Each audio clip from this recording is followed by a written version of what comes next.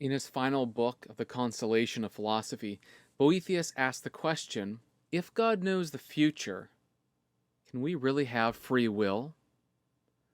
And for him, this mattered.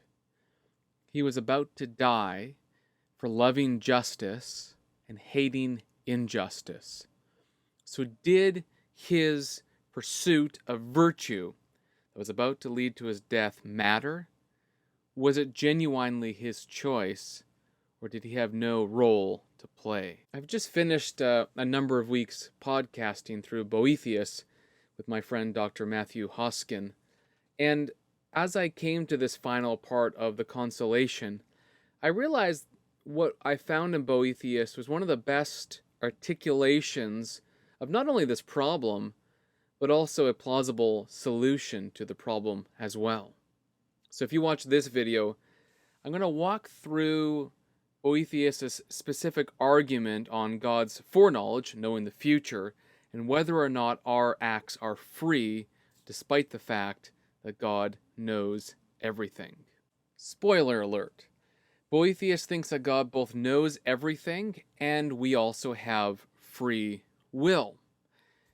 But the way he gets there is fascinating. He doesn't have to posit counterfactuals or middle knowledge or all this kind of very kind of fancy philosophical language. Instead, he focuses on the classical definition of God as found in writers like Augustine and others, to find in this definition of God an answer to the dilemma. Okay, let me just articulate his argument really simply here. First, he believes that humans by nature are rational creatures with intellect and will, so they have this built-in will, so they have choice, voluntariness, just what they are. That's human nature. You need to have, as a rational creature, you need to have will. Second, he says God by nature is eternal and omniscient, so he is not beginning or ending, and he knows all things. So third, he says God foreknows all things, which implies that they cannot not occur, meaning if God knows something certainly, and all his knowledge is certain, he explains, or else it's not real knowledge, something that God knows to be true cannot not be true. It would be, it wouldn't make any sense. So how can rational agents, us, truly have a will, or a voluntary choice, our faculty of choice here, when God's foreknowledge means we apparently act out of necessity? It's necessary that we do what God knows to be true. Boethius ends up denying this fatalistic point of view, common in Stoicism, because he knows that some things are necessary only upon the condition of them presently happening. And I'll get to that in a bit. He also says next that God's simplicity of nature and eternality mean that he sees all things in his indeterminate present. There's no boundary or border on God's present. He's just outside of space and time, seeing and knowing and comprehending all things simultaneously. In other words, the condition of God's foreknowledge means that creaturely acts are conditionally necessary. The condition that God knows them to be true because he sees them all at once is that necessary condition. That means it's necessarily true that all these things are happening because God knows them. But that does not mean from our perspective, as those who live in a temporal present, that we are not acting voluntarily out of our will, that faculty that all rational agents have to have. And so we have this kind of freedom of will. Importantly, this means that foreknowledge does not mean seeing time in a sequence, as if God watches the future on a computer screen and he can fast forward, reverse, or see the next chapter in the DVD that will play. Rather, God sees all at once in his eternal existence outside of space and time. He's not looking through a scope and seeing something about to be and says, oh, that'll happen. It's just somehow comprehended in his eternality fully and completely. Boethius also introduces a final distinction here of two kinds of necessity, simple and conditioned, which allow him to preserve human freedom. Simple is more or less that it's, by nature you're mortal. It's true. Like, there's no way you're going to change that. But also there's a conditioned necessity, which is, as I noted, something that is a condition that makes something necessary, but it doesn't necessarily destroy the freedom of the agent. And I'll get to that in a moment. And this helps him to preserve human freedom. So thus, Boethius believes God's foreknowledge and freedom of will can exist side by side without one eliminating the other. All right, to understand this argument, we need to begin by asking, what does Boethius mean by necessity? Necessity. And this is important. So, for God, who knows all things, his knowledge is certain. He doesn't have maybe knowledge or possible knowledge. What he knows is certain. It's the kind of way that God knows. He knows all things. He doesn't know things that are false or don't exist or whatever you want to put it. Like, he just knows what is real. It's certain. So if God knows, from our perspective, our past, present, and future, and that they're certain in the sense that he knows them, it feels very much like our actions are determined by God's knowledge. They're necessary, at least you might put it. And the key point here is to ask, what does necessary mean? Well, is it possible that God can foreknow our free actions without making them necessary or bound, we might say? And yeah, Boethius thinks so. So for example, in Book 5 and I guess Prose 4, he talks about how a charioteer might be having guiding horses on a track, and all of this is happening, the guiding, the running, etc. And he asks the question, is this necessary or is it free? And everyone kind of goes, well, it's obvious that it's a free thing that it's happening. Or, for example, you might be sitting in a park and someone's running in front of you on a path. And it is true that they are running in front of you. You know that they are. You see and know that they are, and it's just certain that they're running in front of you.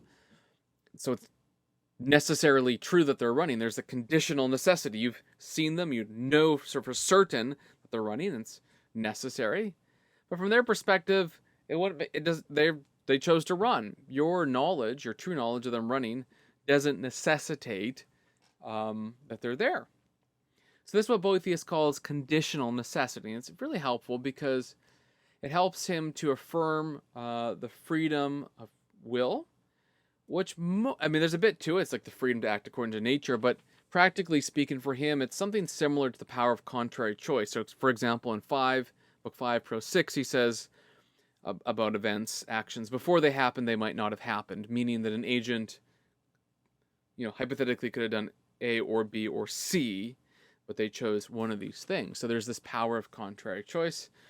If you're just curious about how this works in the history of thought, this is more or less how Reformed thinkers like Peter Vermeulen and William Perkins and others talk about freedom. It's freedom of the power of contrary choice is retained.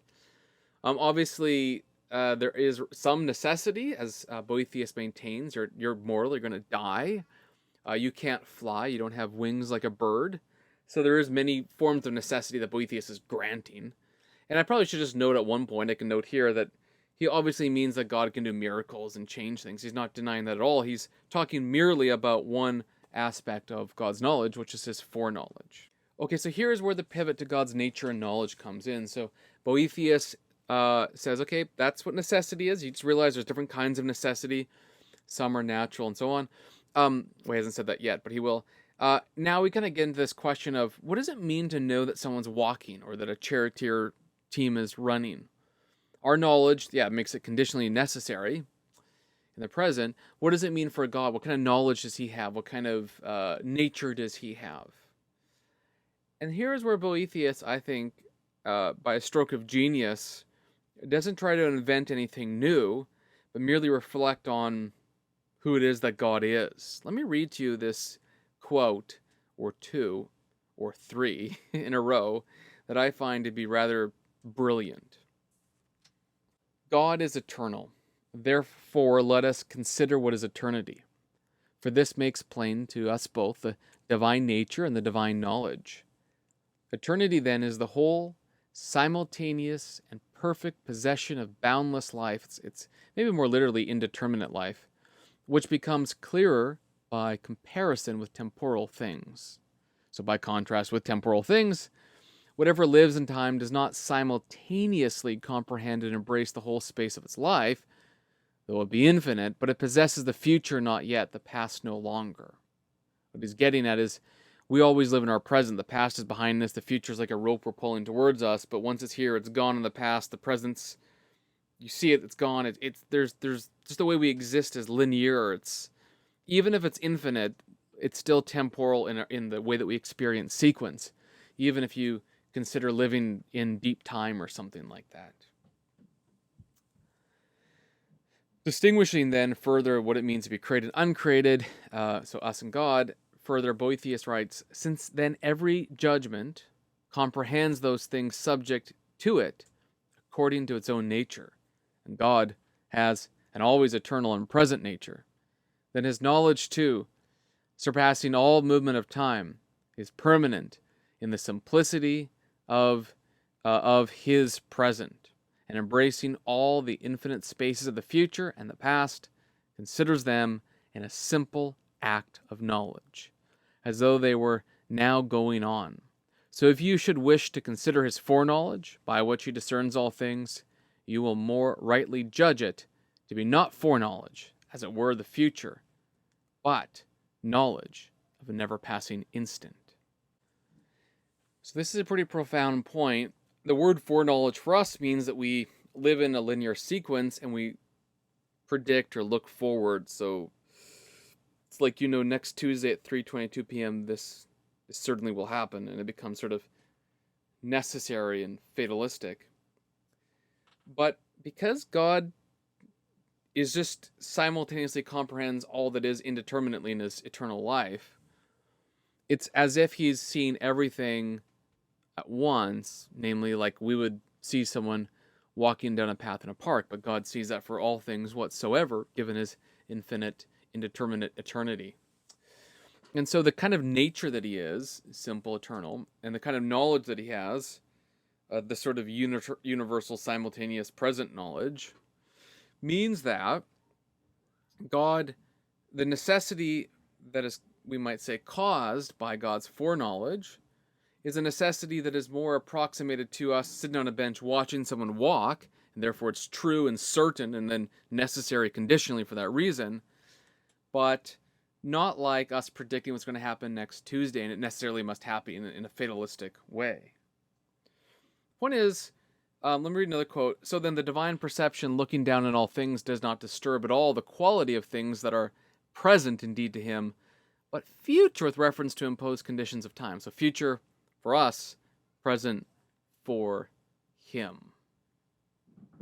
God sees everything like the watcher watching the walker. Final thing I want to talk about is his distinction between the conditional and simple necessity. So this is really important. He kind of recognizes still, even with this conditional necessity, we might say, in our freedom, there's still something happening where, like, yes, God knows it certainly is happening, so there's a sense in which it's necessary. How do we work that out? And now Boethius knows, for example, that it takes a theologian, it takes someone who really knows God in a sort of godlike way to truly figure that out, and none of us really can be like that. But this one distinction does help him, the distinction of conditional and simple necessity. It helps him to distinguish things that are like in us intrinsically necessary, like we're mortal, you're going to die, and things that are necessary upon the condition of, let's say, someone knowing that we are doing it in the present. I'm sitting in a chair right now, and if you're beside me, it'd be necessary that I'm sitting in a chair simply because you know that I am. It's certain to you. And he wants to emphasize that it's certain in the second sense, our actions, not necessarily in the first sense. Let me read to you a relatively long quote of his.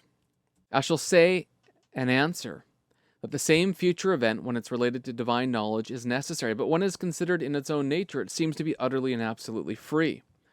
For there are really two necessities, the simple, as that is necessary that all men are mortal, the other conditional, as for example, if you know that someone is walking, it is necessary that he is walking. Whatever anyone knows cannot be otherwise than as it is known. But this conditional necessity by no means carries with it that other simple kind. For this sort of necessity is not caused by a thing's proper nature, but by the addition of the condition. For no necessity forces him to go who walks of his own will, even though it is necessary that he is going at the time when he is walking. So here you have this notion that it's necessary that we're mortal, conditionally necessary that we're walking, but we still chose to walk from our perspective. It's a voluntary. Another quote. Now, in the same way, if providence sees anything as present, that must necessarily be, even if it possesses no necessity of its nature. But God beholds those future events which happen because of the freedom of the will as present. They therefore related to the divine. Are related to the divine perception, become necessary through the condition of the divine knowledge. But considered in themselves, do not lose the absolute freedom of their nature, because by nature you have will. It's what it means to be rational. If you don't have a will, you're not a rational creature. Therefore, all those which God foreknows will come to be will without doubt come to be. But certain of them will proceed from free will, and although they do not come to be, yet in happening they do not lose their proper nature, according to which before they happen they may not have happened. Again, that's that power of contrary choice. It's worth emphasizing here that what's key is knowledge, like certain knowledge that God has of certain truths. And God doesn't know something that is wrong, false, we might say. So he knows necessarily what we're going to do, certain, and yet we're doing it out of our own voluntary nature, although God sees it in the present. He mentions providence here. I've avoided that discussion. He gets into it, but that's not the topic. But essentially, providence and foreknowledge for him are very tied up, although providence is like the plan to execute something. Foreknowledge is the sight of it all.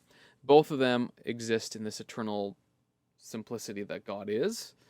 Maybe another video will touch on that.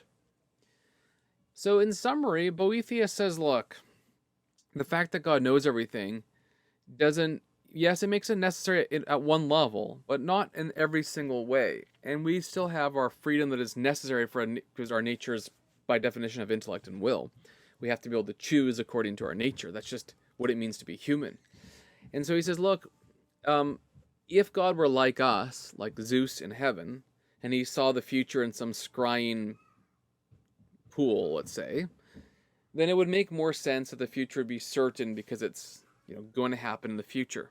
And we, by minute, we're just kind of waiting for it to happen.